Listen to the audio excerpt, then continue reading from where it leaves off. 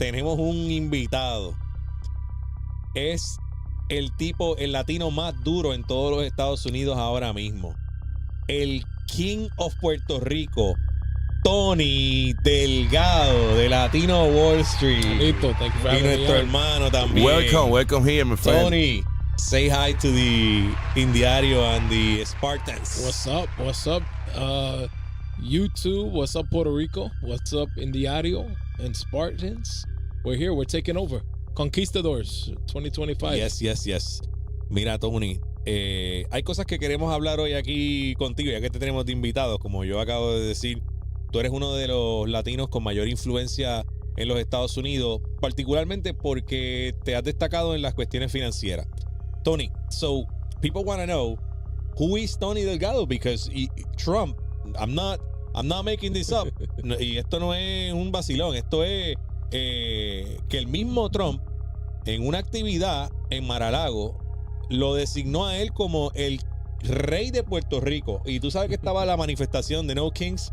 But again, you're the king of Puerto Rico just because that day Trump named you the king of Puerto Rico. Can you tell us where, who is Tony Delgado?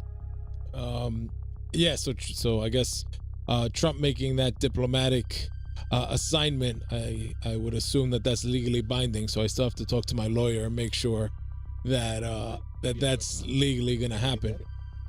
But yeah, I mean, who's Tony Delgado? I mean, I grew up as an entrepreneur. I grew up as a person who was born not with a single silver spoon in my mouth, but more of a person who grew up struggling, trying to figure it out. Grew up as a young entrepreneur in New York and New Jersey.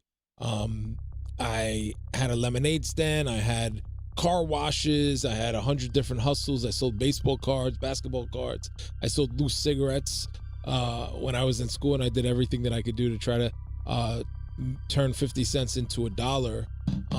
And there was one piece of math that I figured out early on. I mean, I remember looking at my teachers and, realizing early on that, hey, if you become a teacher, you make about $30,000 a year at that point in time. And I knew that I wanted to strive for more. And then I was in grade school and I figured out, okay, well, how much do you need to make $1 million a year? So I brought up my calculator and the rough math. I want to ask you, just one thing. What does it take to make $1 million? Yeah, so I've been kind of obsessed with this way before I made my first $1 million. I was looking at the mathematics, and my teachers were only making $30,000 a year, and I was like, well, I want to make $1 million a year. And the math breaks down to $3,000 a day. So, you're not going to make that working a 9-to-5 job. You're not going to make that doing really anything else but owning your own business. And so then in every single business that I ever started, my obsession then became, okay, how do I make my first $100 a day, my first $1,000 a day, and then eventually, that $3,000 a day mark, if you can keep that up for all 365 days of the year, then yeah, you'll make $1 million in a year. Tony, ¿de dónde? O sea, tú eres puertorriqueño, naciste en los Estados Unidos, te educaste en Nueva York particularmente. Esta audiencia en particular es bien importante. This audience, it's very important because Hebreo was telling me that a lot of the Spartans are not Puerto Ricans in Puerto Rico. They are in other states. Yeah, half of the audience is from the States. Yes. So these are people that usually, they probably know you because they probably follow you. They probably know who Tony Delgado is. But again, so Tony Delgado was brought up as a kid from in New York. Started trying to figure out how to make $1 million. Say it somehow. Now you are. Yeah, because I watch my mom struggle. I watch my friends struggle. My kids' parents struggle. I grew up in a neighborhood heavy Latino, right? Not only Puerto Ricans, but you had Cubans, you had Venezuelans, you had people from Mexico, from El Salvador, from all walks of life. Venezuela, and I really watched a lot of my friends' families struggle, and my own family struggle as well. And I knew that we were kind of born into this world, and there's a lot of financial struggles that people go to. It's almost like slavery, right? I don't like to throw that word around lightly, but in some cases, I mean, people are stuck living paycheck to paycheck, and they're not in control of their time, and they're not in control of their own future. So I knew really early on that I wanted to get into business. And so you went to school, then you went to you did undergrad, you did no. like some kind of university, nothing? No. So where did you start working? Yeah, I went to school. So by the time I graduated from high school, I had gotten kicked out of, I think, almost 12 schools. So imagine every year, basically, I would last about a year and a half. And, you know, some of that's going from middle school to high school, etc. But yeah, I was bouncing around from private schools to public schools to, you know, charter schools, gifted and talented schools. I tested really well in math. So much so that in high school, I was able to go the first day of math, raise my hand, go to the principal's office, and I would ask the principal, hey, listen, I'm really good at math. I really don't want to waste this period. Can they just give me the final exam? And if I pass it, can you pass me out of this class? And, you know, I kind of came up with that idea on my own. That wasn't something where they said. I would just ask the teacher if I could go to the bathroom, and then I would go in the principal's office and kind of demand that they test me out. And yeah, and they let me do it. A couple of times they actually did let me test out of math. So how does Teddy Delgado gets to helping Latinos with financial literacy and education, and obviously also like even like high end financial education so they can achieve financial freedom? How do you get there? Well, I got really lucky because in the 5th grade, I had a teacher who was completely disruptive, completely took the math. He was a math and science teacher. He completely took the rule book and threw it in the garbage. And the big problem that we have, especially in the United States, our educational system, is it was designed for factory workers. It was designed to keep people subservient, and it wasn't designed to create entrepreneurs, to create business leaders. They don't teach you about taxes. They don't teach you about finance. They don't teach you about the stock market. But this particular teacher that I had, he actually did. So he threw away the rule book, and he started teaching us math by using the stock market. So in 5th grade, when the Amazon stock was only 50 cents, I got introduced for my first time to the stock market. Then later on, I got introduced to cryptocurrency, again, really early on, thanks to being very heavy into the tech community. I got introduced to Bitcoin like super early on. And I saw the potential for wealth to get built through companies going IPO, right? I was involved in the tech ecosystem. I got invited to the New York Stock Exchange by a company called Twilio, a technology company, and I saw them go public. And when you see enough companies go public and you look at who's up there ringing the bell and nobody looks like you or talks like you, it's like, wait, no, I need to be the next person that's ringing that bell. And yeah, that kind of leads us into what we do now at Latino Wall Street. So prior to Latino Wall Street, I worked at an angel investment firm, investing into minority owned businesses. And then when Hurricane Maria happened, I found a problem that was bigger than myself. I came back to Puerto Rico, and I did some humanitarian work with Hugo Sanchez, who you know, and a bunch of other entrepreneurs. And we weren't a big nonprofit. We weren't a government. It was just a bunch of crazy entrepreneurs, some Puerto Rican and some from other walks of life. Hugo obviously is Puerto Rican, but you know, we had all different people, black guys, white guys, all sorts of different entrepreneurs that came together down with us, and put money together and went door to door, knocking on people's doors, just giving them food and water and supplies and solar paneled lights. And so we did this in during Hurricane Maria in 2017, going into 2018, and then that's when I made the decision that I wanted to move to Puerto Rico. And we started hosting seminars and workshops. And the kind of the breakthrough for hosting the seminars was we were doing humanitarian work, and we were in the middle of the island on the top of a mountain, and there was a family that still didn't have power months later. And while we're up there, my phone rings and I get a FaceTime phone call, and I'm able to take the phone call. And then I think we do an Instagram live and we kind of show what's going on. And I realized, okay, this family, they're on the top of this mountain. They don't have internet. They don't have electricity, but they actually do have internet. Mm-hmm. So they have the same exact internet that I used to work, right? I was working off my laptop at the time, but they just don't know how to use it the same way that I do. But they have the same internet. So there's not a lack of access to information. It's just a lack of knowledge of knowing where to go. So we hosted our first seminar here in Puerto Rico in 2018. And then we've gone on since then to host a series of other events. We hosted about 2 years ago, we hosted at the convention center here in Puerto Rico, and we're planning our next event in the next 6 months or so, which hasn't been announced yet. But you had a recent event, and I was there. Yeah, And, we were there with you guys. INDIARIO was there at it was Latino Hard Rock. Wall Street combined with CPAC. with CPAC, yeah. Tell people what CPAC is and how you got involved, because we're looking at a picture of you. I think it's a video, right? Yeah, that's it. Can you roll that video, Hebreo?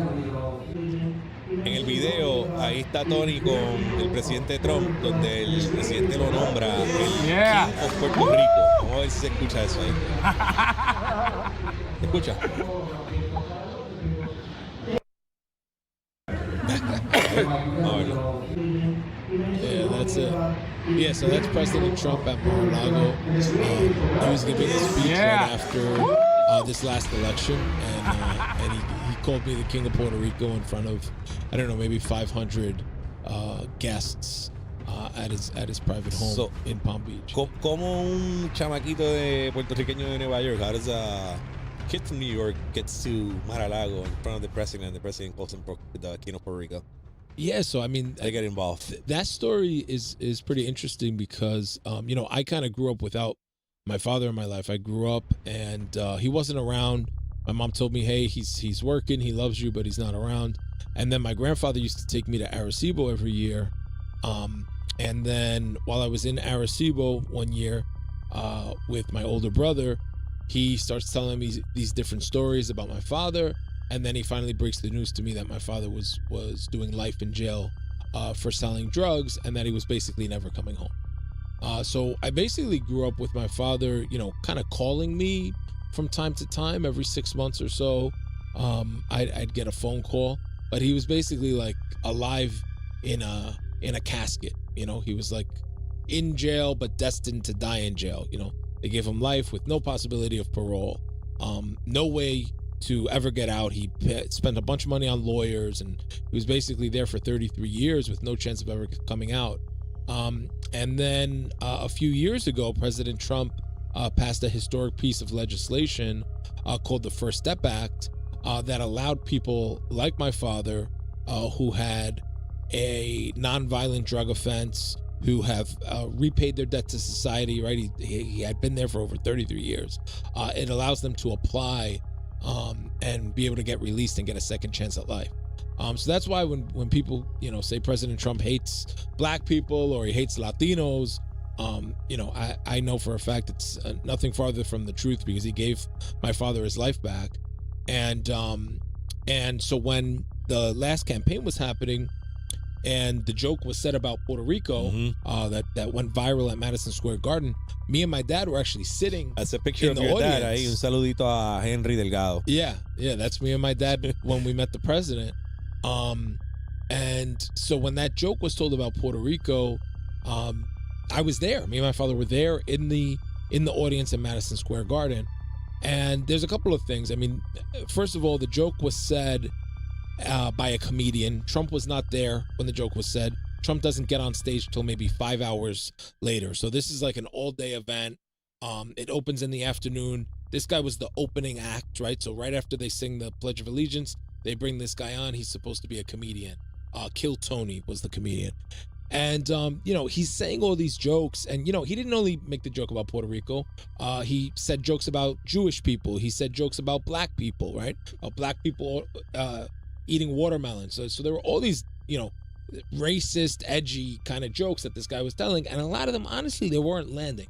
A lot of times he was telling these jokes and the people in the audience were like, bro, they were kind of groaning like, oh man, we're trying to win an election here. What are you doing? Right. And this is an audience with, I've never seen that many people in New York City. I think even when the Knicks play at Madison Square Garden, I don't think the place gets that packed, like all the way up, even to the Raptors.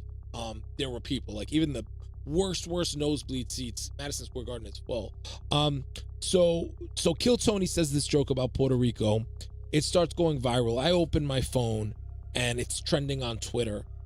And then Jason Miller, who is Trump's like number 2, number 3 in the campaign at that time, I see him there giving a press briefing. And then I watch as the New York Times and the Washington Post and all these journalists are just sitting there on their keyboards writing these hit piece articles. And then simultaneously, and I don't really believe in coincidences, Kamala Harris is in a Puerto Rican restaurant in Pennsylvania giving a press conference and saying that she has a plan for Puerto Rico, and she releases this 5-point plan. And this is at the same time. This is an hour after the joke is told. She has her plan for Puerto Rican prosperity, or whatever she called it. And then she's getting, again, in this same 24-hour period, endorsements from Jennifer Lopez and Mark Anthony and all these prominent, Fat Joe and all these prominent Puerto Rican artists. But me, from having some background in the entertainment industry, I know that a lot of these artists do paid endorsements. That's a thing. If you want Fat Joe to endorse your pair of sneakers or your restaurant or your nightclub or whatever that it is that you're promoting, all these guys are paid for play. They're in the entertainment industry. And it really hit me when Jennifer Lopez was giving her speech, her endorsement speech of Kamala, and she has this line towards the end. She's doing these fake crocodile tears, right? And she says, "I'm a woman and I'm a Latina and I'm an actress." And I'm like, oh my God, there you go. She's an actress and she's being paid to say these things, to act and say things that she doesn't believe. So I really felt that there was a big and that was proven there later on when they and then the legal, this is not something that this isn't a conspiracy theory, right? Like when I called it out, I was calling it out on Instagram. The moment it happened, I was saying, listen, I know for a fact she's getting paid. I really didn't have any evidence. And then later on, through the political filings of the paperwork, it came out that yes, Jennifer Lopez was paid, Beyonce was paid. All these actresses and actors are just playing a role. So when this is happening, this is all like a week or two before the election. And, you know, I got my father back because of this, man. Like I actually feel a great amount of debt and gratitude. And I just felt that if they were talking bad about him, about Puerto Rico, and they were saying that he hates Puerto Ricans, well, I have a Puerto Rican right here, my father, who Trump owes his life to. So I talked to Jason Miller. I talked to some other people from the Latinos for Trump coalition, Bianca, shout out to Bianca. And we ended up, saludos a Bianca. And we set up a meeting with Trump the very next day. Me and my wife were the first Puerto Rican and Latino people to confront him. And we asked Trump, hey, what's up? Do you hate Latinos? Like what happened with this joke? And no, I love the Latino community. Oh my God, are people mad about that joke? I didn't even know the joke was being said, right? And then we talked with the campaign some more. And at this time, it's 48 hours in, and I tell them, listen, you need another McDonald's moment. You need another moment that just goes so viral, so out of the park, that people forget about this Puerto Rico thing, that it blows over. And so then we came up with the campaign to take a picture with the Puerto Rican flag and to meet Trump and have my father meet Trump. So I fly my father out to Vegas to the next rally, and we go backstage. We get to meet the president.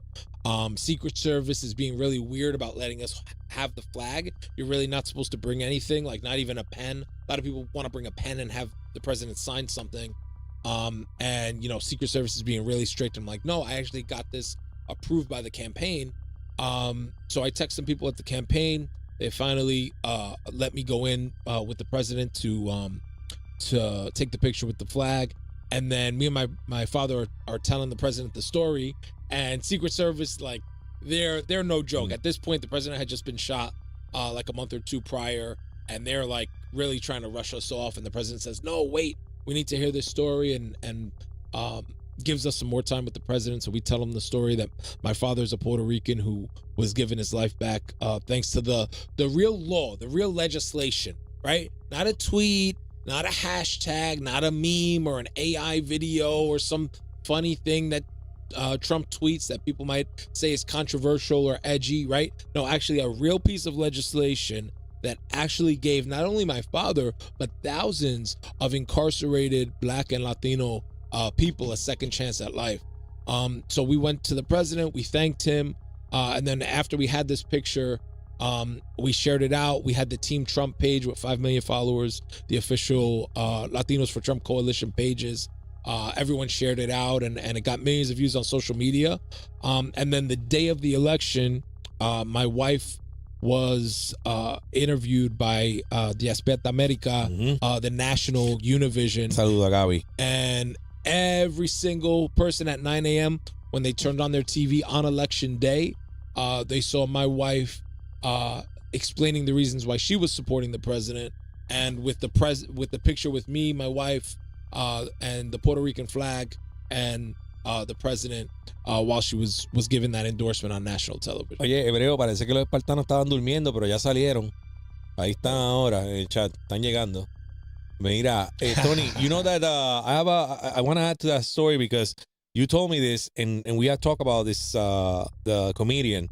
But I recently had the opportunity to talk to a person who was the person responsible for bringing the comedian. Wow. And he was telling me that he got in trouble because when that happened, no, but you know what the problem is. Tú sabes que the people here, they were really sensitive. Son changuitos. Entonces, well, tienen unos. No, and that was a really big lineup. There was a lot of people who spoke. You had Elon Musk speaking, Tucker Carlson, Tulsi Gabbard, Grant Cardone. Like, that lineup from Madison Square Garden, that wasn't a small rally. There was like 40 speakers.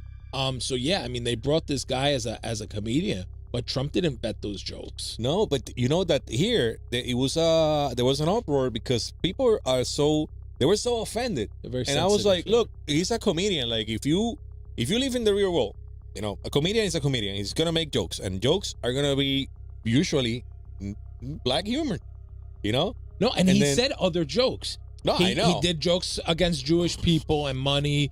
He did jokes about black people eating watermelon. So there was a bunch of jokes that were very, very off color. Pero aquí le llaman changuito. La gente son changuita. So they were getting offended. And I talked to this person who was responsible. He told me that President Trump was really upset. And he told him, look, I'm upset, and I'm not saying that you did something like wrong about the comedian. Like, I'm not saying it wasn't part of the strategy, but he was saying that he was upset to the fact that they were so close to the election that you had to go further, because he was saying they might get offended. But the reality is that he was upset. It's bad strategy. It's bad strategy. Like, anything, and that's why, you know, I posted a conspiracy theory. You know, there were talks of this guy getting a big Netflix contract. We know that Obama is one of the really big higher ups now in producing a lot of the Netflix content. So, you know, and there's a video on my Instagram, I think it's still pinned, where you see the comedian take a paper note out of his pocket as he's getting on stage. And what that tells you, again, if you're paying attention, is that he's not reading off the teleprompter. Every single person's speech has to be submitted to a teleprompter, and it's there on those pieces of glass that are in front of the podium. He pulls a piece of paper out of his pocket, which means he's telling jokes that no one else has seen. Yeah, that was but let's go back to how does Tony gets to you get into like the political environment. You start going to Mar-a-Lago. Yeah. So we also did campaigns all across the country in every single swing state with Latinos for Trump. With Puerto Ricans. Yeah. Mostly. Yeah, well, not only Puerto Ricans, but just Latinos in general. The Latino vote was very critical in 2024. And a lot of people are saying that it cost Kamala the election, right? 55% of Hispanic men voted for Trump. It's more than any other Republican in modern history. And a big part of that was the communist and socialist rhetoric that comes out of the Democrat, the radical left side of the party. A lot of this gender ideology and a lot of really weird stuff that I think even moderate Democrats and people that are in the center, and maybe they're center left, maybe they've voted Democrat in the past. I think a lot of them, you know, the left has gone so far that they've like left the country. And that's why you had people like Elon Musk, classic Democrat, people like Robert F. Kennedy Jr., who we actually worked for his campaign prior to him joining Trump. I mean, the word Kennedy is synonymous with the Democrat Party. But the Kennedy Democrats, the moderate Democrats who, have been Democrats for years, a lot of them said, no, this new left party has really gone too far. So how do tell us about para que le digas a la gente, el CPAC, que fue un CPAC de Latino Wall Street en Miami. Yeah. So that event at Mar-a-Lago CPAC is, so that maybe some people are not familiar with it. So it. if people don't know what CPAC is like the largest political organization in the United States. It goes all the way back to Ronald Reagan, and they host one of the biggest political conferences in Washington, D.C. So if you saw the pictures that went viral maybe 6 months ago, where you had Elon Musk on stage with the golden chainsaw with President Milei of Argentina, that happened at CPAC. That stage, that iconic stage is CPAC. So they bring conservative leaders from around the world to the stage, to DC, to discuss all sorts of conservative issues. And one of the things that we've gotten really excited about is now a new initiative that we're working with CPAC on, called CPAC Latino. And CPAC is now branched into Latin America, and they're bringing conferences to Colombia, to Argentina. We were just with them in Argentina last year with President Milei, to Mexico with Eduardo, to Brazil, to Panama and Paraguay, and all these different countries in Latin America where there is a lot of socialist rhetoric. And their thesis is that communism is a cancer, and we need to stop it from spreading. Because if it takes over Latin America, it's only a matter of time that cancer then spreads to America and the rest of the world. Yeah, I wanna voy a entrar aquí en un tema que a ti te gusta, solamente para hacer una parte. I just want to make a note here, because you and I were talking about this before. You think Maduro is capable of attacking Puerto Rico? I mean, I think if he gets too desperate, I mean, that's the big scare that me and my wife have, because we own a home here in Puerto Rico, and we have a young 3-year-old, and we're going to ourselves, wait, he's talking about striking America. Well, the closest place from Venezuela to America is Puerto Rico, right? So yeah, I do think that's a really big danger, and I think that if he does do that, it's probably going to be the last thing he does, because I think all hell is going to rain out. And honestly, I mean, maybe I'm being too optimistic. I don't think that he would preemptively strike. But I do think if tensions get high, and if the United States strikes first, I do think that there is a possibility that we could have some hot combat here in the Caribbean. So your work with Latino Wall Street, and I know that you do a lot in Puerto Rico. You have your offices here in Puerto Rico. Your business is based in Puerto Rico. Tell me more about that, because so we're not a political organization. I mean, the joke that I always say is if a Democrat makes not enough money, they'll become a Republican eventually, right? But my whole thing is like financial independence and financial freedom, and having people have the self-reliance that they're not like looking to the government to solve all their problems, right? So like my mother grew when I grew up, my mother taught me not to take welfare, not to take handouts from the government unless you really, really have to, because every single thing that the government gives you, they can then take away. And you're seeing this now with the government shutdowns, and they're threatening to take away a lot of the SNAP benefits from people. And there's people that have just been relying on it for so long that they don't even have another solution or another alternative. But yeah, I mean, our whole thing is financial freedom, financial independence, right? Getting people to learn about the stock market, to learn about cryptocurrency and investing and gold and precious metals and real estate and all the financial tools. Because there's a quote from Warren Buffett that I really like to live by, which is if you don't learn how to make money in your sleep, you're going to work until the day that you die, right? So the first part of your financial strategy is how can I make more money while I'm awake, right? How can I generate more active income in my business, in my job, etc. But then the second part of that is now how do I invest? How do I start putting my money to work for me so that even while I sleep, my money is working and my wealth is Should I growing? invest in gold?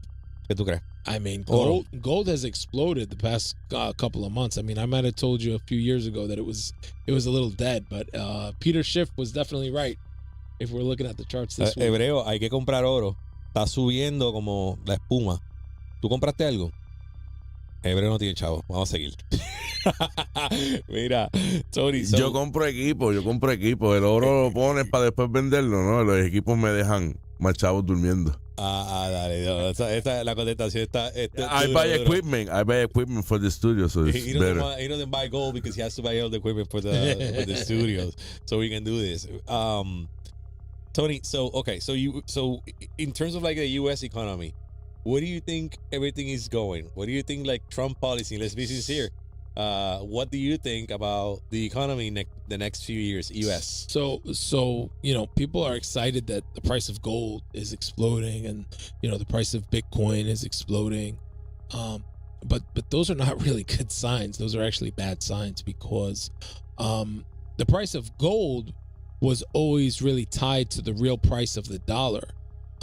So if the price of gold is going up, well, that's a form of inflation. That means that actually the dollar is getting weaker on the world stage, and the collapse of the dollar, or maybe I'll put it another way that's a little more moderate. Maybe not the collapse, but the deprioritization of the dollar, right? The U.S. dollar used to be the world reserve currency. Anywhere in the world that you went, the dollar was the strongest currency.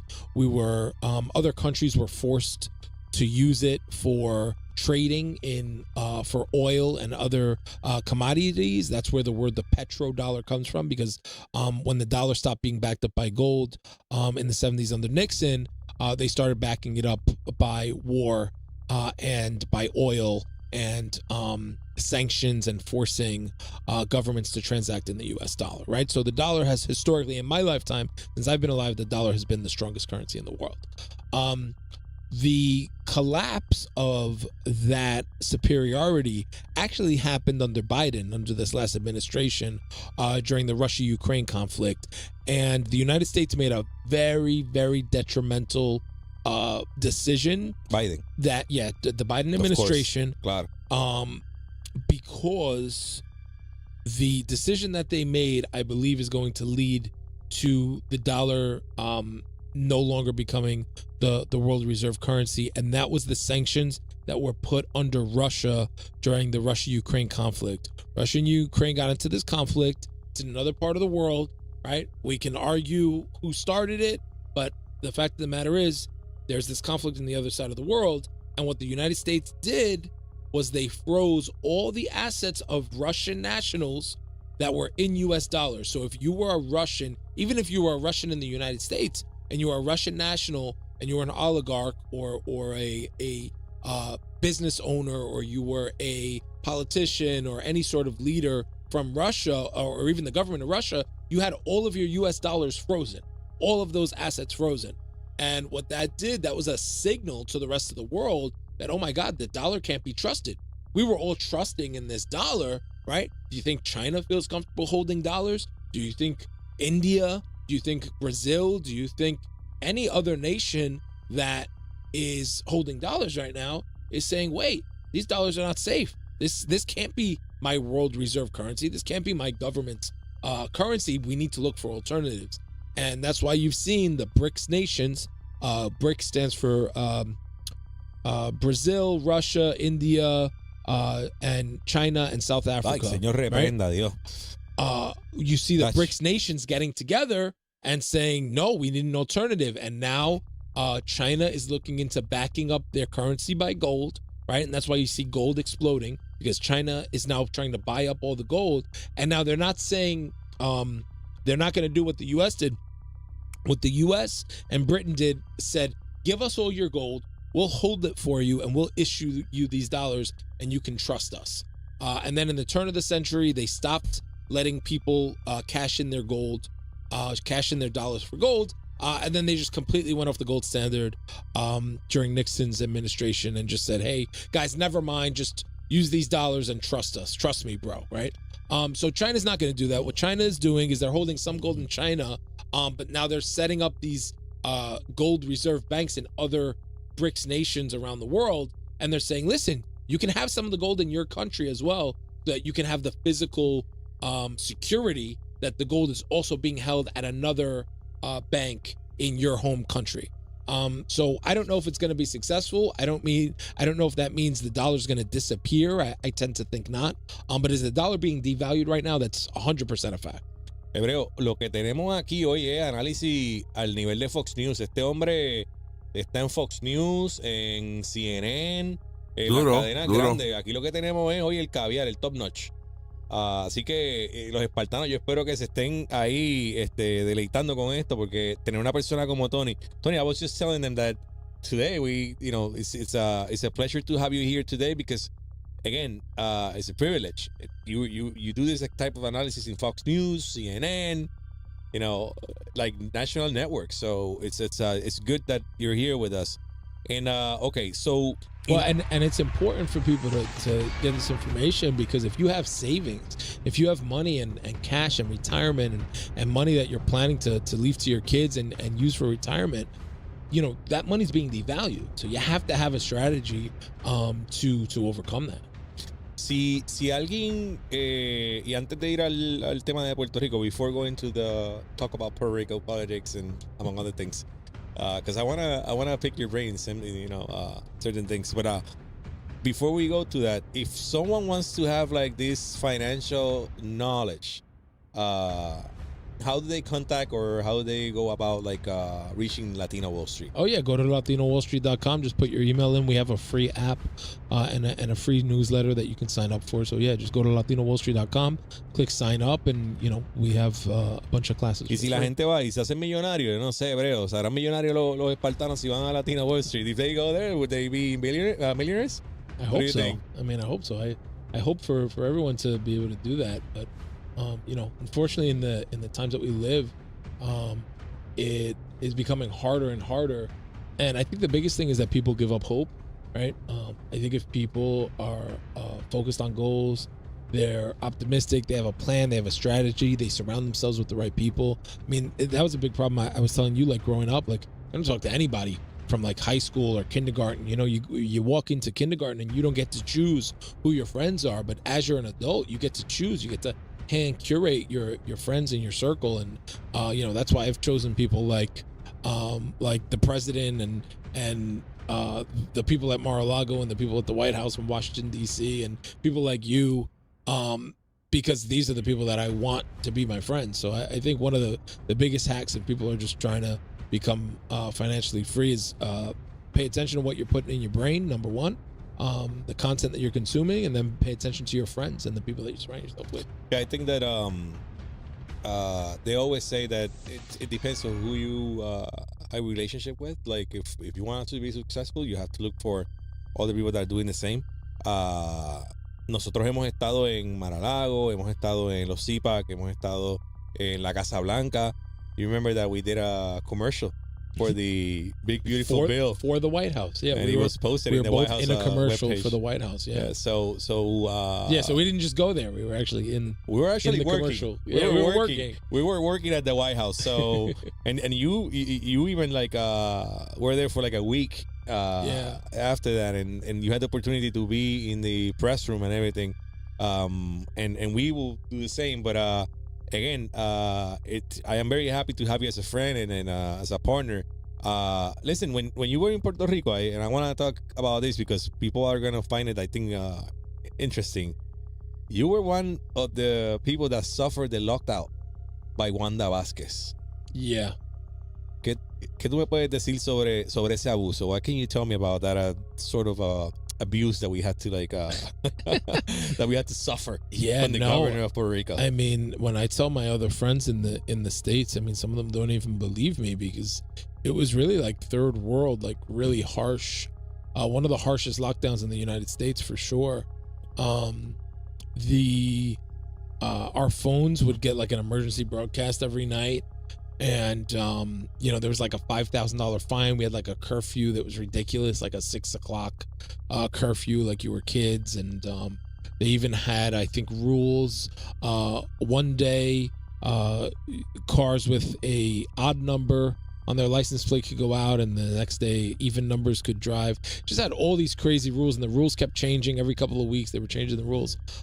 And we were actually scheduled to get married at the Vanderbilt Hotel during COVID in September of 2020, on the anniversary of Hurricane Maria. We had our wedding scheduled, me and my wife, and the law kept changing. And we were also supposed to close on our house, on our first home together, on March of 2020, like right when the 2 weeks to slow the spread had first started. We were scheduled to close, and my mortgage broker is on the phone with me, and he's like, we're closing, don't worry, I close, I always close, I'm a closer, and nothing's gonna get in our way. And then he literally calls me the next day, and he's like, dude, it's literally illegal for me to close. Like, the processing that we have to do, it's just impossible. It was illegal for him to like for me to buy my house. For me to buy my house, yeah. Okay. And so that delayed us about 6 months. Why was it illegal? What were they saying? Like, they were I don't out? know. You would get COVID from buying a house. I don't know. Yeah, it didn't make any sense. I mean, that was the problem. Like, it doesn't make any sense. Yeah, like, why is it illegal to do a real estate transaction that can be done with a DocuSign? You wouldn't even have to meet someone in person. It is just so stupid to stop the economy of a nation just because. Dude, and I went to Sam's Club and Walmart, and you would go to these stores, and certain sections of the store were closed. So, like, you weren't allowed to buy, like, fitness equipment, I remember. And I'm like, dude, why can't I buy, like, dumbbells? I'm stuck in the house. The gym is closed. I'm already in the store, and I think I bought a hamper or something. And they're like, you can't buy this hamper because it's Sunday. You can only buy food on Sunday or something. And it's just all these laws. None of them made any sense. Yeah, it was very tyrannical. And then I remember that Puerto Rico was one of the last places in the United States to have all these mandates too. It was like 2022, and they were like still making you wear masks. We did our big conference at the convention center in 22, and dude, like, the rest of the world was done with COVID. Like, the shit was over. And in Puerto Rico, they were still like trying to get people to mask and have a vaccine to buy a slice of pizza. Puerto Rico was the last one to like open the schools. You know that? Yeah, to open the schools, and you know, and I think that's very damaging to the kids. I mean, I feel really bad for the kids that had to go through that. But listen, you know, it was a very bad governor. Actually, she's probably gonna do some jail time. Yeah, she's about to do jail time now. Yeah, right? she did. She was found guilty, or she reached an agreement, plea agreement, but she's gonna do jail time. Wanda Vázquez, que ahora va a hacer unos cuantos días ahí hebreo para adentro la mandaron, o la van a mandar supuestamente, pero fue la peor. Yeah, but she was never elected. Right? No, she wasn't elected. She was installed after Ricky got kicked out. She wasn't even option number 2. She was, you know, but even the law wasn't on her side, you know. Do you know? I think she's a undercover agent. No, yeah, for the federal government. No, yeah, you would no. You know, we talk in January. You will see. Yeah, she put a mic for. Ella se alambró. Sí, estaba alambrada. She was wired. She was wired to the Jennifer Gonzalez and Tomás Rivera Chat. So they passed the proof, and now they are the president of the Senate, and she's the governor. But a few months early, she put the mic. See, yeah, she did. But she was. Well, you kind of told me that she was the responsible for you leaving, or like not, you know, like you were kind of like, Puerto Rico's getting tough because of her. I remember that. Well, yeah. No, we ended up building our house during COVID because we couldn't do anything else. We were like, all right, I guess I need to make my house the best place to be since I can't leave. But yeah, no, it was definitely weird. And it was a lot of like theater too. Like, you would come through the airport and they had these guys in hazmat suits, and it looked like you were like in a Resident Evil movie, but then the guy's outside smoking a cigarette with his mask off, and I'm just like, this is obviously theater, right? If you cared about your lungs, about a respiratory disease, you wouldn't be smoking a cigarette. It was pretty crazy. Tony, what do you think about the? Because you know that I'm a statehood guy. But first, I always say that I'm U.S. politics first, because that's the ones that I think affect me.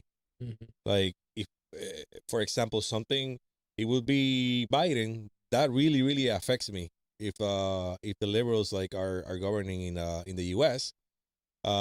Whereas in Puerto Rico, it's kind of different because they're always like mixed up between the parties, right? Mm-hmm. So my question is, I'm a statehood guy. ¿Qué tú piensas de el estatus político de Puerto Rico? Well, I think the one thing that Puerto Ricans need to realize and not take for granted is that we're all U.S. citizens. We have the blue passport. So many people, when I started supporting Trump, all the Democrats told me I was going to get deported. And I'm like, hey, stupid. You can't deport me. What are you going to do? You're going to send me to Puerto Rico? We can't get deported. So, coming from the experience of running Latino Wall Street and having people from Colombia, from Venezuela, from Argentina, from all these places that they would die for a U.S. citizenship, and it takes them years and money on legal, and they're crying and they're like, please, and then they only have a green card and they have to wait 10 more years to become a U.S. citizen. I mean, I think Puerto Ricans, we really take for granted the gift that we have, that as Latinos, we are born with U.S. citizenship. That's we hate Bad Bunny, because he want take out our citizenship and give to the Venezuelans, Colombians. I don't know. He hate us. Yeah, but I honestly, I think that sounds cute. But in all reality, if he really felt that way, he would go live in Venezuela. If he really felt like yeah. He's he the would go live in another yeah. country. He doesn't want to give up his blue passport.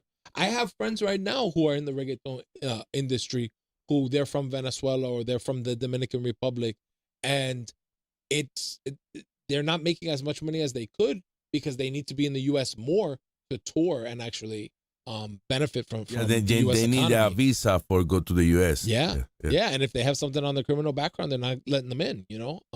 So it's really a blessing to be a U.S. citizen, not only to have the passport, which gets you not only into the U.S. but any other country in the world, but also to have U.S. banking system, right? It's not only the travel, but also banking.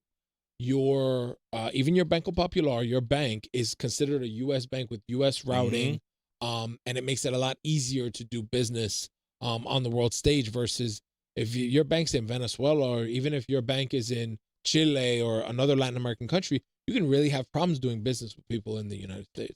But there's people here that don't believe in that permanent union with the United States. That's going to be a problem. Then the independence someday. I never think independence came, but in independence mode, in the Republic of Puerto Rico, the banks, the insurance. They all the protections are gone. Yes, all the protections are gone. Everything is gone. You have to have your own system. But the thing is, mira, son changuito, which we were talking that they're kind of like sensitive. Because today I saw that they were complaining about, that Trump made a commercial where he was, and they used the video where he was throwing the paper, which that the complete story is that people ask him. Yeah, people were in the back like, hey, throw me something. And they said, throw it. Yeah. And that I told you it was either the football throw or it was a basketball throw. Yeah. But again, he didn't do it because he wanted to make people like feel bad or he wanted to be offensive. It's just that that's the way he is and people were asking him. But today I also saw a video. And he went there to do humanitarian work. And he was there for hours. They take this 5-second clip and they play it on repeat. He came to the island. That's it. That did Biden come after Fiona? Biden didn't come. No, he was sleeping. No, he couldn't come. He couldn't come. O estaba durmiendo, o se había caído. But again, I saw a video today. I don't know if it was Jay Fonseca, Molusco. I don't know who he was, but it was about. Like they were interviewing these Venezuelan girls that came to Puerto Rico and they're doing so good. And the interview was kind of like they were saying how good it is to be in Puerto Rico and how good we have it, but they don't, they didn't give it, like, they were trying to say how other people want to come to Puerto Rico, but they weren't saying the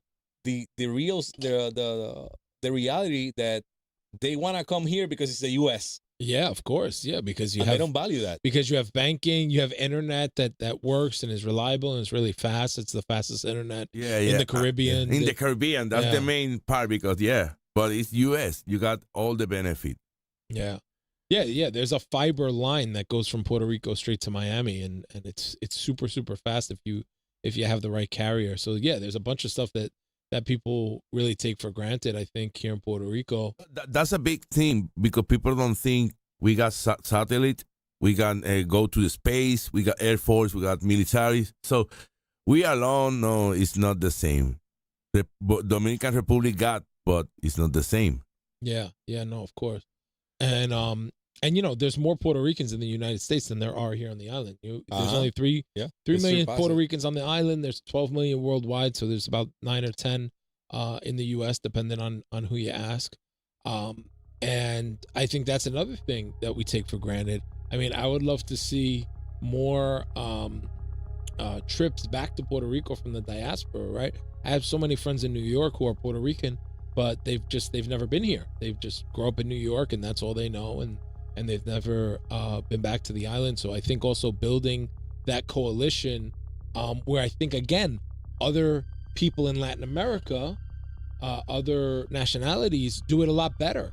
It's so funny that, like, my wife's family from Peru, they're super connected to Peru, and they're back and forth. And yes, they have their homes and their businesses in the U.S., but they're sending money back home, and they have a really strong connection.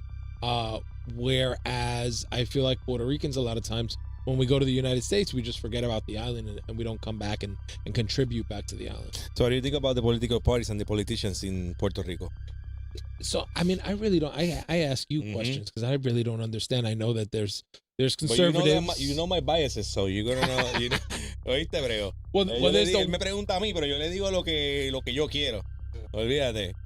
Well, as far as statehood, just to finish on your last question, I mean, people will say, hey, if Puerto Rico becomes a state, Puerto Rico would lose their culture. But look at other states in the United States, right? Like Texas has unique culture, unique food, a unique flag.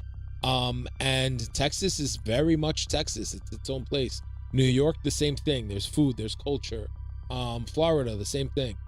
So I really don't think that Puerto Rico becoming a state means that we would lose our culture.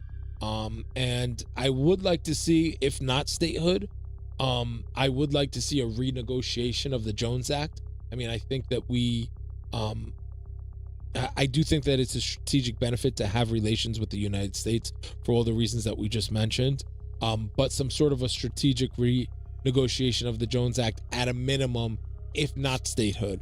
But nothing makes me feel more patriotic than when I come out of the airport and I go down that bridge and I see the Puerto Rican flag and the U.S. flag waving together. And I think a lot of people don't realize the history of Puerto Rico as well, especially in the United States. They don't realize that Christopher Columbus landed in the Caribbean, landed in Santo Domingo, and then what was then Hispaniola, and then Puerto Rico is the first person. People think of Christopher Columbus that he discovered America, but he discovered the Americas, and he landed right here in Puerto Rico, created that colony, and then Ponce de Leon was the first mayor governor of Puerto Rico, and he's the first European governor in the North or South America, in the New World.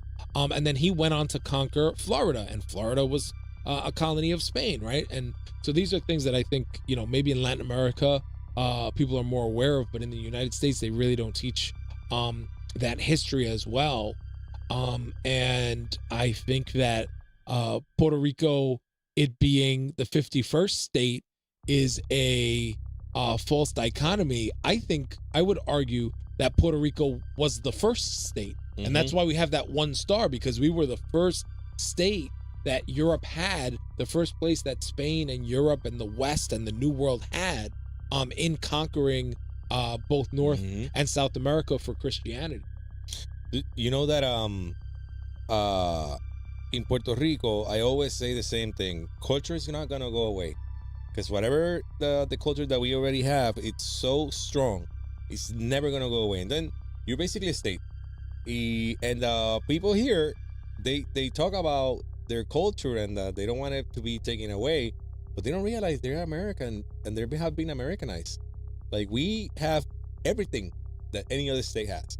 We have McDonald's. We have, like, you know, the food that we eat, the Walmart, music, some of the music that we listen to. Almost 100 years. Over 100 years. You know, and even when we speak, it's like a mix. Sometimes we mix like English with Spanish, and I hear these people saying that we're gonna lose our culture. I'm like, dude, tú sabes, tú eres americano, full. Yeah. When we travel, people just look at us and know that we're Americans. They say, oh, where you from? And they probably, if you tell them that you're Puerto Rican, they're reading you.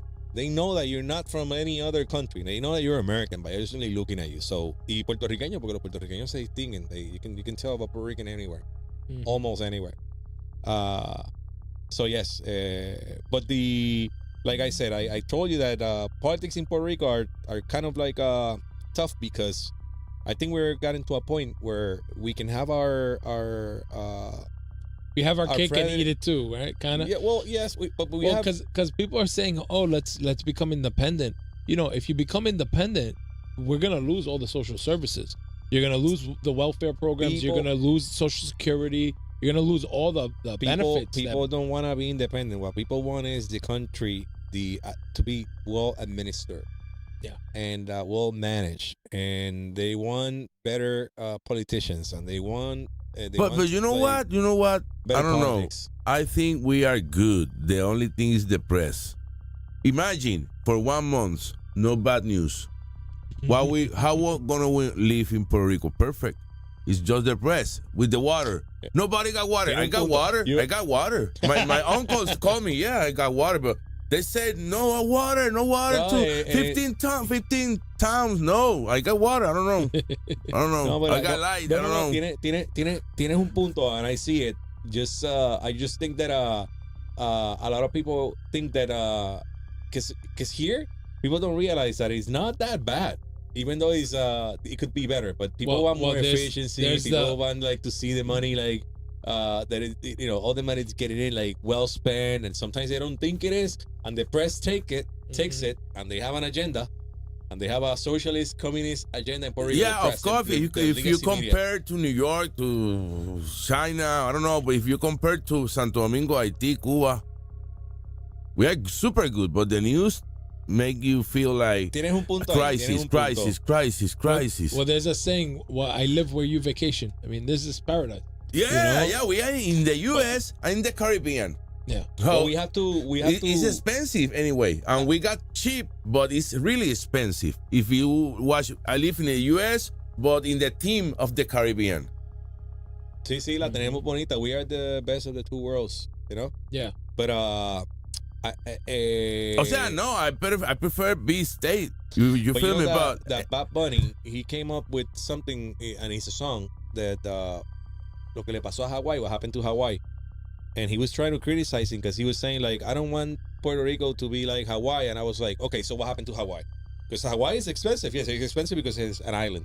And we are like up there because we are an island. Yeah. So imagine that if you think that being an island is bad, think that you're an island and not part of the U.S.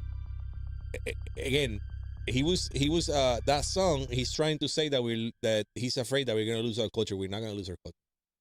You know, primero se mueren los coquíes because the coquís, those you could lose because people here don't care and they do stuff that maybe like kills the coquí, and I don't see anyone complaining about that.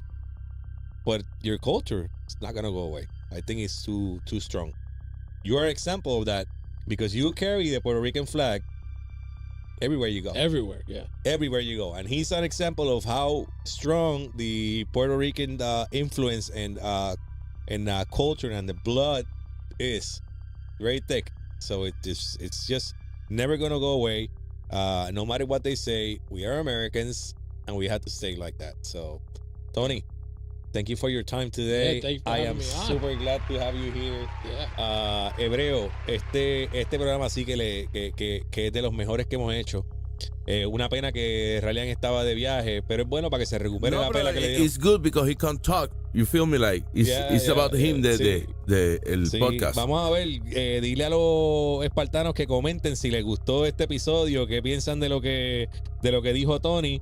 Recuerden, síganos en INDIARIO, indiario.com, @INDIARIO en las redes y seguimos para la próxima semana.